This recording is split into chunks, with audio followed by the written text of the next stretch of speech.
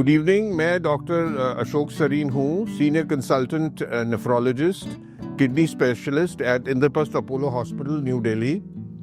तो मुझे करीब 30 साल हो गए यहाँ पर। मैं शुरू में All India Institute of Medical Sciences में था और उसके बाद मैं यूके गया था, Northern Ireland, and I trained in nephrology at the Belfast City and Royal Victoria Hospitals, Queen's University of Belfast.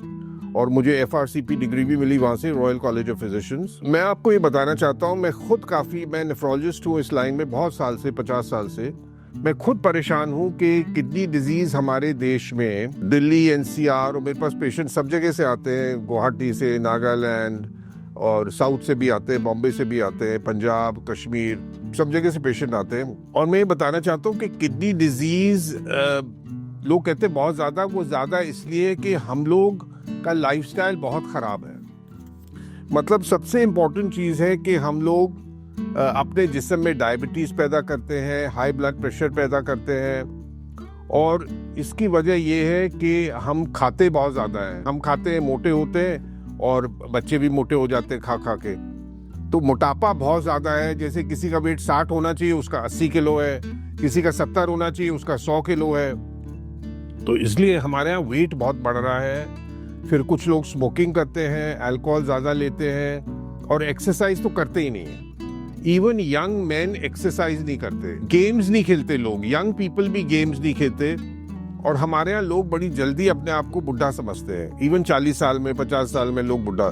So one should do exercise, have a good lifestyle, time से सोना चाहिए, टाइम से जगना चाहिए, exercise करना चाहिए, और diet पे कंट्रोल होना चाहिए, अपना वेट और BMI कंट्रोल रखना चाहिए। अगर ये करेंगे तो किडनी डिजीज नहीं होगी, हाई ब्लड प्रेशर नहीं होगा, डायबिटीज नहीं होगी।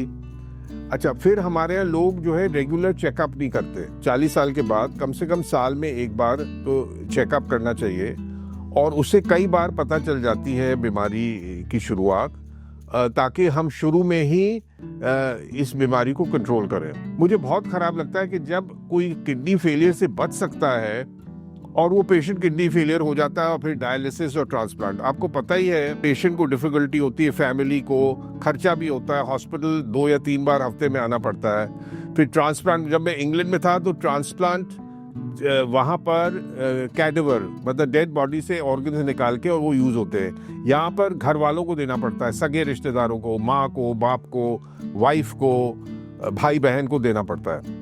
तो उसमें काफ़ी प्रॉब्लम होती है, खर्चा भी काफ़ी होता है। तो इसलिए बचाव, prevention of kidney disease is very important. Blood pressure, for example, blood pressure हमारा होना चाहिए 130/80, और हम ब्लड प्रेशर बढ़ा लेते हैं। इवन 140/90 जो ब्लड प्रेशर है वो भी किडनी को डैमेज कर सकता है। शुगर, जैसे नॉर्मल फास्टिंग 100 होनी चाहिए, खाने के 2 घंटे बाद 140 होनी चाहिए, वो शुगर पहुंच जाती है even 110 sugar, and 150 sugar PP and fasting 100, HbA1c of 6 होना चाहिए, HbA1c वो 7 हो जाता है। तो अगर हमारी शुगर बढ़ जाती है तो वो भी सारे organs, brain, eyes, heart, kidneys, सब, इवन लिवर, नाउडेज लिवर भी डैमेज हो जाता है।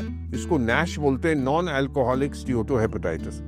तो ये चीज़ों से हम बच सकते हैं। फिर कई बार लोगों को पथरी होती है, पथरी से भी प्रॉब्लम होती है, किडनी डैमेज हो सकती है। अगर शुरू में पथरी होती है, कई बार हम लोग, गर्मी का मौसम है और हम लोग पानी ज़्यादा नहीं पीते हैं, तो उससे वो सॉल्ट जमा हो जाते हैं और पथरी बन जाती है। तो अगर पथरी का ध्यान करें, पानी ज़्यादा पिए, तो पथरी के बनने के चांसेस कम होते हैं। फिर कई बार पेशेंट्स जो है, जोड़ों में दर्द हो गया, कुछ हो गया, तो पेन किलर बड़े सख्त वाले, ब्रूफेन, आइबुप्रोफेन, डाइक्लोफेनिक सोडियम, ये बड़े स्ट्रॉन्ग वाले पेन किलर्स लंबे अरसे तक खा लेते हैं। तो उससे एनाल्जेसिक नेफ्रोपैथी, किडनीज खराब हो जाती है दोनों। और ज़्यादातर ये देखा है कि जब किडनीज खराब होती है तो दोनों खराब हो जाती है, क्योंकि एक खराब होगी और दूसरी ठीक काम करेगी तो काम चल जाता है आदमी का। उसको ना तो डायलिसिस करनी पड़ती है ना ट्रांसप्लांट, लेकिन क्योंकि दोनों खराब हो गई तो फिर उसको डायलिसिस की तरफ जाना पड़ता है। लेकिन मैं बार बार यही कह रहा हूँ कि हम इससे बच सकते हैं अगर हम स्मोकिंग ना करें, वेट ना बढ़ाएं, ज़्यादा ना खाएं, अल्कोहल कंजम्पशन ना करें, एक्सरसाइज की तरफ ध्यान दें, बॉडी फिटनेस की तरफ ध्यान दें, ठीक से सोएं, टाइम से जगें। इन सब चीज़ों से, खर्चे से बचने के लिए और अपनी सेहत को ठीक रखने के लिए ये बहुत इंपॉर्टेंट है कि जो मैंने मोटी मोटी बातें बताई हैं इसको फॉलो करिए। तो मुझे उम्मीद है कि आप को हर सारी बातें समझ आ गई होंगी और आप इनको फॉलो करेंगे। Thank you very much.